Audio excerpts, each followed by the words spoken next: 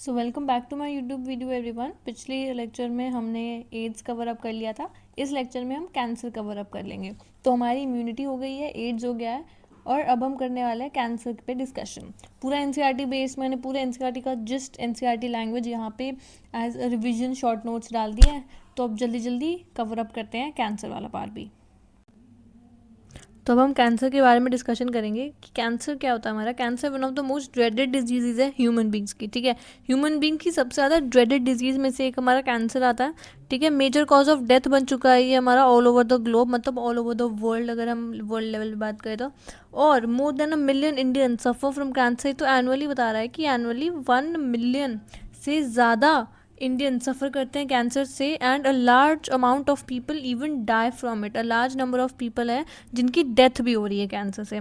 ठीक है, I hope इतना पार्ट हमको क्लियर होगा।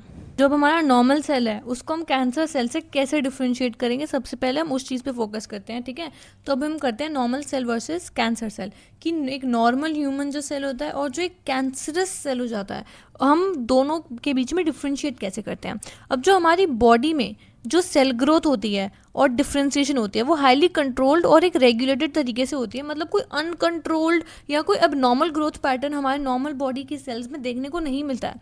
बहुत ही हाईली कंट्रोल्ड और रेगुलेटेड मैकेनिज्म होता है सेल ग्रोथ का एक नॉर्मल सेल के लिए।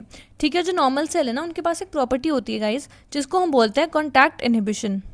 ये प्रॉपर्टी बहुत इंपॉर्टेंट है अगर हम कैंसर के रिस्पेक्ट में इस प्रॉपर्टी को देखें तो, क्योंकि जो कॉन्टैक्ट इनहिबिशन होता है ना, इसी प्रॉपर्टी की वजह से जो हमारे नॉर्मल सेल्स होते हैं ना, उनकी अनकंट्रोल्ड ग्रोथ को हम इनहिबिट कर सकते हैं। ठीक है, by the virtue of this property contact with other cells inhibits their uncontrolled growth. इसी प्रॉपर्टी की वजह से अगर हमारा कोई सेल है, मान लो वो ग्रो कर रहा है, अब मान लो ये वाला सेल को ग्रो करना है, अब ये ग्रो करता करता अगर इसकी बाउंड्री से टच हो गया तो इसकी ग्रोथ वहीं पे रुक जाएगी, ये अनकंट्रोलेबली ग्रो नहीं करता जाएगा। यही प्रॉपर्टी होती है हमारी कॉन्टैक्ट इनहिबिशन की, जो हमारे नॉर्मल सेल्स में होती है, जो हमारे नॉर्मल सेल्स पोजेस करते हैं।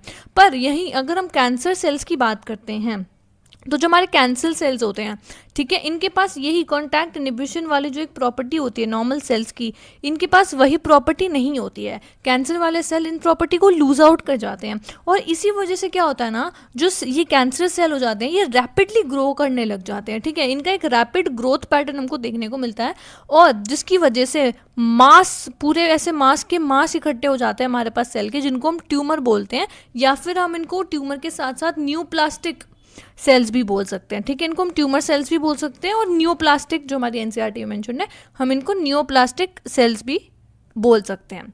ठीक है, तो ये तो हमारा हमको डिफ्रेंसिएशन क्लियर आउट हो गया है नॉर्मल सेल के बीच में और कैंसर सेल के बीच में, कि भैया ये हमारा नॉर्मल सेल है, नॉर्मल सेल हमारी कॉन्टैक्ट इनहिबिशन वाली प्रॉपर्टी को एग्जिबिट करता है, वेयर एज जो हमारा कैंसर वाला सेल है ये हमारी कॉन्टैक्ट इनहिबिशन वाली जो प्रॉपर्टी है इसको इनहिबिट नहीं करता है, इसको एग्जिबिट नहीं करता है कॉन्टैक्ट इनहिबिशन वाली प्रॉपर्टी को, जिसकी वजह से हमारे पास मासेस ऑफ सेल एक्यूमुलेट होने लगते हैं, जिनको हम ट्यूमर या फिर न्यूप्लास्टिक सेल्स भी बोलते हैं।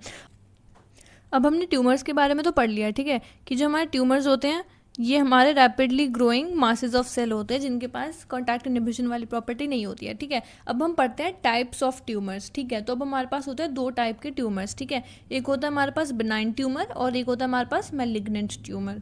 ठीक है, अब जो हमारे पास बिनाइन ट्यूमर होता है उसको हम नॉन कैंसरस बोलते हैं, और जो हमारा मैलिग्नेंट ट्यूमर होता है वो हमारा कैंसरस ट्यूमर होता है। ठीक है, पहले तो हम डिस्कस कर लेते हैं हमारा बिनाइन ट्यूमर। ठीक है, अब जो हमारा बिनाइन ट्यूमर होता है ना, ये हम उसकी ओरिजिनल लोकेशन पर ना ऐसे कन्फाइंड होता है। मान लो ये बॉडी के इस पार्ट से स्टार्ट हुआ है, तो ये इसी पार्ट पे कन्फाइंड होकर ट्यूमर जो है ये बढ़ता रहेगा। अगर इसको ग्रो भी करना है तो ये बॉडी के डिफरेंट लोकेशंस पे जाके अटैक नहीं करेगा थ्रू ब्लड, ये अपनी एक ही जगह पे रहेगा और एक ही जगह पे अपनी ग्रोथ करता रहेगा। मतलब एक जगह पे ये कन्फाइंड है अपनी, ये बॉडी के दूसरे पार्ट्स तक नहीं जा रहा है। तो ये तो हो गया हमारा बिनाइन ट्यूमर, मतलब ये हमारे do not spread to the other parts of the body, मतलब दूसरे बॉडी पार्ट्स में नहीं जा रहा है, और हमारे मैलिग्नेंट ट्यूमर के कंपैरिजन में रिलेटिवली लेस डैमेज कर रहा है, लिटिल डैमेज कर रहा है, क्योंकि ये एक बॉडी के पार्ट में कन्फाइंड है। हमको इसके लिए टेंशन नहीं लेनी, क्योंकि ये बॉडी के अलग अलग लोकेशंस पे डिफरेंट कोनों में जाके बॉडी के में इफेक्ट नहीं डाल रहा है। ठीक है, तो ये तो हो गया हमारा बिनाइन ट्यूमर। और एक प्रॉपर्टी होती है जिसके बारे में आगे पढ़ेंगे, हमारे बिनाइन ट्यूमर्स के पास वो प्रॉपर्टी नहीं होती है। ठीक है, जो हमारा हो गया मेटास्टैसिस वाली प्रॉपर्टी जो होती है हमारे बिनाइन ट्यूमर्स में एब्सेंट होती है। अब अगर हम पढ़ेंगे हमारे मैलिग्नेंट ट्यूमर्स, तो ये क्या होते हैं। अब जो हमारे मेलिग्नेंट ट्यूमर्स होते हैं ना, ये हमारे कैंसर्स होते हैं, मतलब ये दूसरी लोकेशंस पर, डिस्टेंट लोकेशंस पर भी स्प्रेड करते हैं, ये एक जगह पे कन्फाइंड नहीं रहते हैं, इसलिए हम इनको बोलते हैं कि ये हमारे जो है कैंसरस होते हैं। ये इन्वेड करते हैं एंड डैमेज करते हैं सराउंडिंग के नॉर्मल टिश्यूज़ को भी। जो सराउंडिंग टिश्यूज़ होते हैं ना हमारे पास, मान लो इधर ही हमारा मैलिग्नेंट ट्यूमर है, यहाँ पे जो टिश्यू होंगे ये आसपास के टिश्यू को भी अच्छे से डैमेज वैमेज करके, मतलब पूरा डिस्ट्रक्टिव जिसको बोलते हैं ना ट्यूमर, ये वैसा सा है। अब मतलब हाईली डिस्ट्रक्टिव है, ये स्टार्व कर देंगे नॉर्मल सेल को फॉर वाइटल न्यूट्रिएंट्स। जो हमारे नॉर्मल सेल्स भी होंगे इसके आसपास, उनको भी ये स्टार्व टू डेथ कर देंगे, उनके वाइटल न्यूट्रिएंट्स को या तो ये खुद कंज्यूम आउट कर लेंगे या नॉर्मल सेल को उनके लिए स्टार्व करवा देंगे। और जो मेटास्टैसिस होता है वो हमारे मेलिग्नेंट ट्यूमर्स में प्रेजेंट होता है। इसको हम बोल सकते हैं कि ये one of the most feared property होती है हमारे पास मेलिग्नेंट ट्यूमर्स की। मतलब इससे तो मतलब भैया it is very dangerous, it is the most feared properties. ठीक है, तो अब हम पढ़ते हैं कि ये मेटास्टैसिस जो हमने पढ़ा है, ये मेटास्टैसिस होता क्या है, इसको क्यों कह रहे हैं कि क्यों सबसे मतलब फियर्ड प्रॉपर्टी होती है हमारे मेलिग्नेंट ट्यूमर्स की। क्योंकि ये जो सेल्स होते हैं ना, cells sloughed from malignant tumours they reach distant sites through the blood, जो अभी हमने पहले डिस्कस किया है। Wherever they get lodged in the body they start new tumour. मतलब मान लो ये हमारा प्राइमरी ट्यूमर है, मेलिग्नेंट ट्यूमर। अब क्या होगा ना, ये थ्रू ब्लड सेल्स, ये जो कैंसर के सेल्स है प्राइमरी ट्यूमर के, ये ब्लड की हेल्प से बॉडी के डिफरेंट लोकेशन पर जाके डैमेज करना शुरू करते हैं। ये प्रॉपर्टी होती है हमारी मेटास्टैसिस की। जहाँ भी ब्लड ने उस ट्यूमर को छोड़ा वो वहीं पे ही अपनी ग्रोथ, अपना इन्वेजन, अपना डैमेज जो है चालू कर देगा। ये होता है हमारा मेलिग्नेंट ट्यूमर। ये प्रॉपर्टी होती है जो इतनी फियर्ड होती है, क्योंकि इसमें डैमेज कहाँ हो रहा है, इसमें हमारी किसी भी बॉडी पार्ट में डैमेज स्टार्ट हो जाएगा जहाँ भी ब्लड स्ट्रीम उस प्राइमरी ट्यूमर को अपने साथ लेकर जाएगी। आई होप इतना क्लियर है। ये मोस्ट फियर्ड प्रॉपर्टी होती है हमारे मेलिग्नेंट ट्यूमर्स की। ठीक है, तो आई होप मेटास्टैसिस भी हमको क्लियर हो चुका है। तो हमको normal cell versus cancer cells clear हो गया है, हमको टाइप्स ऑफ ट्यूमर क्लियर हो गया, और हमको मेटास्टैसिस भी क्लियर हो गया है। अब हम ज़रा ये पढ़ लेते हैं कि जो कैंसर होता है, ये कॉज ऑफ कैंसर क्या होता है। ठीक है, कॉजेज ऑफ कैंसर को हम कार्सिनोजेंस भी बोलते हैं, जो कैंसर कॉज करवाते हैं। ठीक है, एजेंट्स जो हमारे पास बायोलॉजिकल हो सकते हैं, ये केमिकल हो सकते हैं, ये फिजिकल हो सकते हैं। ठीक है, ये जो यहाँ पे मैंने मेंशन किए हुए हैं, तो ये एजेंट्स हमको कैंसर कॉज करवाते हैं, इसलिए हम इनको कार्सिनोजेंस बोलते हैं। ठीक है, transformation of normal cells into cancerous neoplastic cells may be induced by physical, chemical और बायोलॉजिकल एजेंट्स। ठीक है, these cancer causing agents are called carcinogens. अभी जो हम ये एजेंट्स पढ़ने वाले हैं, इनको हम क्या बोलेंगे, इनको हम बोलेंगे ये हमारे कार्सिनोजेंस हैं, क्योंकि ये हमारे नॉर्मल सेल्स को कैंसरस और न्यूप्लास्टिक सेल्स में कन्वर्ट करते हैं, उनका ट्रांसफॉर्मेशन करते हैं, तो इसलिए ये हो गए हैं हमारे कार्सिनोजेंस। ठीक है, पहले हम फिजिकल एजेंट्स डिस्कशन कर लेते हैं कि फिजिकल कार्सिनोजेंस कौन से होते हैं।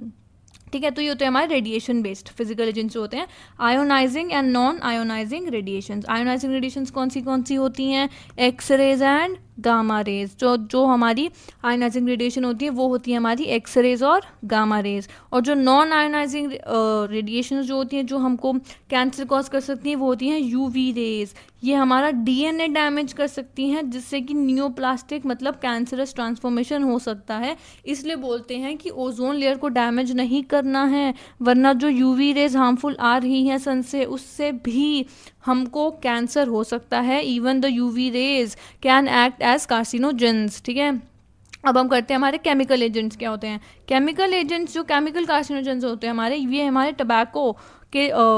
टबैको स्मोक में ये प्रेजेंट होते हैं, और ये मेजर कॉज बताए जाते हैं किसकी, हमारे लंग कैंसर की। केमिकल एजेंट जो हमारा टबैको के स्मोक में मिलता है वो हमारा मेजर कॉज होता है लंग कैंसर का। इसीलिए बोलते हैं कि smoking is injurious to health. ठीक है, तो अब हम डिस्कस करते हैं हमारे बायोलॉजिकल एजेंट्स कौन से होते हैं।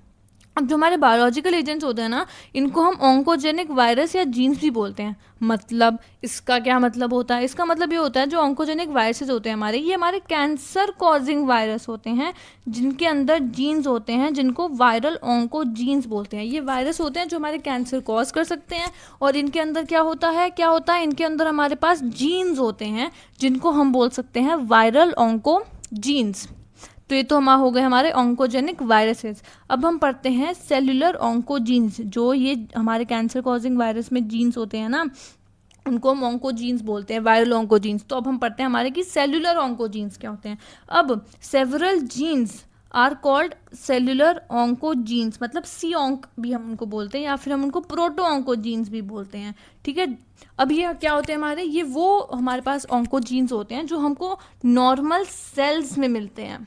ठीक है, ऑन्कोजीन्स या फिर हमारे प्रोटो ऑन्कोजीन्स ये हमको नॉर्मल सेल्स में मिलते हैं, और ये when activated under certain conditions these genes can lead to oncogenic transformation of normal cells। मतलब ये oncogenes हमको normal cells में मिलते हैं, पर अगर इनको कोई ऐसा एक्सपोजर दिया जाए, ठीक है, जो इनको एक्टिवेट कर दें, तो यही प्रोटो ऑन्को और सेलुलर जीन्स हमारे नॉर्मल सेल का ट्रांसफॉर्मेशन करवा सकते हैं ऑन्कोजेनिक सेल में। ठीक है, तो ये हमारे नॉर्मल सेल्स में प्रेजेंट होते हैं, और अगर हम इनको, मान लो हमारा प्रोटो ऑन्कोजीन है, उसको हमने हार्मफुल जो यूवी रेज है ओरिजिनल उसके एक्सपोजर में डाल दिया, तो क्या होगा, वो प्रोटो ऑन्कोजीन उस नॉर्मल सेल को कार्सिनोजेनिक, कैंसरस और न्यूप्लास्टिक सेल में कन्वर्ट कर देगा। ठीक है, तो ये हो गए हैं हमारे कॉजेज ऑफ कैंसर, कार्सिनोजेंस। ठीक है, तो अब हमारा ये वाला पार्ट भी क्लियर हो चुका है। ठीक है, तो अब हम क्या डिस्कस करने वाले हैं कि अब ये कैंसर को हम डिटेक्ट कैसे कर सकते हैं। ठीक है, और इसका डायग्नोसिस हम इसका कैसे कर सकते हैं। ठीक है, early detection of cancer is essential, मतलब कैंसर का अर्ली डिटेक्शन करना हमारे पास एक बहुत एसेंशियल चीज़ हो जाती है, क्योंकि इससे क्या होता है ना, हम कैंसर को अर्ली स्टेजेस पे ही कंट्रोल कर सकते हैं। ठीक है, हम अर्ली स्टेजेस पर ही कैंसर का ट्रीटमेंट करके उसको रोक सकते हैं, उसको आगे स्टेजेस में बढ़ने से रोक सकते हैं। कहते हैं ना कि अब स्टेज 3 कैंसर है, स्टेज 2 पे आ गया है, स्टेज 1 पे ही पकड़ लेना चाहिए था, 0 स्टेज पे ही पकड़ लेना चाहिए था। तो वो बात है कि अर्ली डिटेक्शन कैंसर का बहुत एसेंशियल हो जाता है, ताकि हम उस जो डिजीज़ है कैंसर, उसको हम अर्ली स्टेज पे ही ट्रीटमेंट के थ्रू स्टॉप कर पाएँ और वो बॉडी को हार्म ना पहुंचा पाए। ठीक है, तो पहले होता है हमारा बायोप्सी एंड हिस्टोपैथोलॉजिकल स्टडीज़। इसका मतलब क्या होता है, मतलब एक पीस ऑफ सस्पेक्टेड टिश्यू लिया जाता है, ठीक है, उसको थिन सेक्शंस में कट किया जाता है, स्टेनिंग की जाती है उसकी, फिर उसको एग्जामिन किया जाएगा under a microscope by pathologist. मतलब जो हमारा सस्पेक्टेड टिश्यू है उसको बॉडी से पहले तो हम अलग कर लेंगे, फिर हम उसको डिफरेंट पार्ट्स में कट कर लेंगे, उसको स्टेन करेंगे, और फिर जो पैथोलॉजिस्ट होगा उस स्टेन टिश्यू को, जिनको हमने डिफरेंट स्टेनिंग एजेंट्स के साथ स्टेन किया है, उसको माइक्रोस्कोप के अंदर जो है एग्जामिन कर लेगा, और फिर उससे हमको पता चल जाएगा कि ये कैंसरस है या नहीं है। दूसरा होता है हमारा blood and bone marrow test. ये डन होता है, it's done for increased cell counts in the case of leukaemia blood cancer. हमारे ब्लड कैंसर के केसेस में हमारा ब्लड या फिर बोन मैरो टेस्ट किया जाता है, क्योंकि इसमें इंक्रीज्ड सेल काउंट आता है। ठीक है, तो ये हो गया हमारा। अब अगर हम इमेजिंग टेक्निक्स की बात करें तो ये होती है हमारी रेडियोग्राफी हो गई, हम एक्सरे से पता लगा सकते हैं, हमारा सीटी स्कैन्स हो गए, कंप्यूटर टोमोग्राफी जिसको हम कहते हैं, इसमें एक्सरेज का यूज़ किया जाता है जिससे कि 3 डायमेंशनल इमेजेस क्रिएट की जाती है। ठीक है, तो सीटी स्कैन में क्या होता है, एक्सरेज की हेल्प से 3 डायमेंशनल इमेज क्रिएट करी जाती है। अब अगर हम एमआरआई की बात करें, मतलब मैग्नेटिक रेजोनेंस इमेजिंग, इसमें क्या होता है, इसमें हमारी स्ट्रॉन्ग, देखो मैग्नेटिक रेजोनेंस इमेजिंग है मतलब मैग्नेटिक फील्ड्स का तो यूज़ है ही है इसमें, मतलब इसमें जो हमारी स्ट्रॉन्ग मैग्नेटिक फील्ड्स होती हैं और नॉन आयोनाइजिंग रेडिएशंस होती हैं उनको यूज़ किया जाता है ताकि एक्यूरेटली डिटेक्ट कर सकें पैथोलॉजिकल और फिजियोलॉजिकल चेंजेस हमारे लिविंग टिश्यू के अंदर। ठीक है, तो अब हमने एमआरआई पढ़ लिया, हमने सीटी पढ़ लिया, हमने रेडियोग्राफी पढ़ लिया। अब हम पढ़ते हैं इम्यूनोलॉजिकल एंड मॉलिक्यूलर बायोलॉजी की क्या क्या टेक्निक्स होती हैं जिससे हम कैंसर को डिटेक्ट कर सकते हैं। ठीक है, पहला तो होता है एंटीबॉडीज। ठीक है, antibodies against cancer specific antigens are used for detection of certain cancer. कुछ कैंसर्स को डिटेक्ट करने के लिए एंटीबॉडीज यूज की जाती हैं। ठीक है, और दूसरा हमारा हो गया कि मॉलिक्यूलर बायोलॉजी के टेक्निक्स को भी अप्लाई किया जाता है ताकि हमको एक इंडिविजुअल में वो जीन्स हम पता लगा पाएँ, वो ससेप्टेबल जीन्स हम पता लगा पाएँ कि हाँ भाई ये जीन्स कैंसर से रिलेटेड है, ये हमारे प्रोटोऑन्को जीन्स हो सकते हैं। ठीक है, तो ये तो हो गया हमारा मॉलिक्यूलर बायोलॉजी वाला पार्ट। अब हमने कैंसर डिटेक्शन और डायग्नोसिस भी कवर अप कर लिया है। अब हमारा लास्ट पार्ट बचा जो कि हमारा ट्रीटमेंट ऑफ कैंसर की। अब हम कैंसर को ट्रीट कैसे कर सकते हैं, what are the ways we can treat cancer.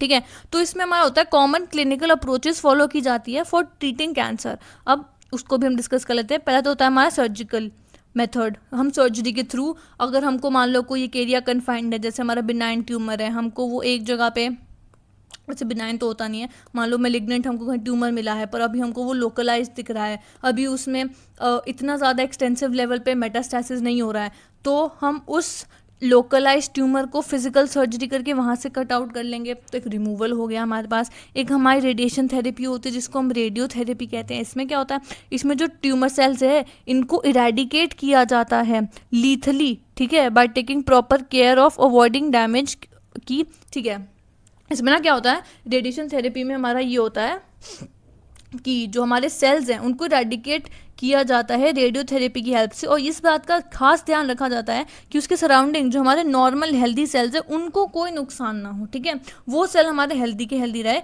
सिर्फ जो हमारी ये कैंसरस ट्यूमर सेल्स हैं इन्हीं को लीथली हम डिस्ट्रॉय करेंगे। ठीक है, फिर हो गया हमारा कीमोथेरेपी। ये हमने सुना भी होगा और नॉर्मल उसमें कि कीमोथेरेपी चल रही है किसी कैंसर पेशेंट की, तो अब हम वो डिस्कस करते हैं कि कीमोथेरेपी क्या होता है। अब जो कीमोथेरेपी होता है ना, वो कीमोथेरेपोटिक ड्रग्स यूज़ करते हैं ताकि कैंसरस सेल्स को किल किया जाए, पर अब इन ड्रग्स के बहुत साइड इफ़ेक्ट्स भी होते हैं, जैसे हमारा हेयर लॉस हो जाता है, हमको अनीमिया हो जाता है, और मोस्ट कैंसर जो होते हैं उनको कॉम्बिनेशन से ट्रीट किया जाता है सर्जरी के, रेडियोथेरेपी के और कीमोथेरेपी के। मतलब जो मोस्ट टाइप के हमारे पास कैंसर आते हैं उनको इन तीनों के कॉम्बिनेशन से ट्रीट किया जाता है, सर्जरी, रेडियोथेरेपी एंड कीमोथेरेपी। ठीक है, फिर हमारे पास आता है इम्यूनोथेरेपी। इसमें क्या होता है, अब जो हमारे ट्यूमर सेल्स होते हैं, ठीक है, they often manage to avoid detection, ठीक है, and destruction by the host. अब जो हमारे कैंसर सेल्स होते हैं वो कई बार मतलब मैनेज कर जाते हैं कि जो हमारा नॉर्मल बॉडी का इम्यून सिस्टम है वो लोग उससे बच जाए, इम्यून सिस्टम उनको डिस्ट्रक्ट नहीं कर पाता है। ठीक है, देयरफॉर बहुत सारे हमारे पास बायोलॉजिकल ऐसे रिस्पॉन्स मीडिएटर्स होते हैं जिनसे हम अपने इम्यून सिस्टम को एक्टिवेट कर सकते हैं और उससे फिर हमारा जो क्या बोलते हैं ट्यूमर है वो डिस्ट्रॉय हो जाता है। जैसे कौन से मॉडिफायर्स होते हैं, वो होता है हमारा अल्फा इंटरफेरॉन। ठीक है, तो अब हमारी इम्यूनोथेरेपी भी डन। अब हमने अपना कैंसर वाला जो रिवीजन का पार्ट है वो हमने एनसीईआरटी का एक एक पॉइंट कवर अप कर लिया है, हमारा कैंसर भी डन हो चुका है। ठीक है, तो गाइज अगर आपको वीडियो पसंद आई हो तो do subscribe to my channel. अगर नोट्स चाहिए हो तो डू कमेंट, मैं आपको नोट्स भी अवेलेबल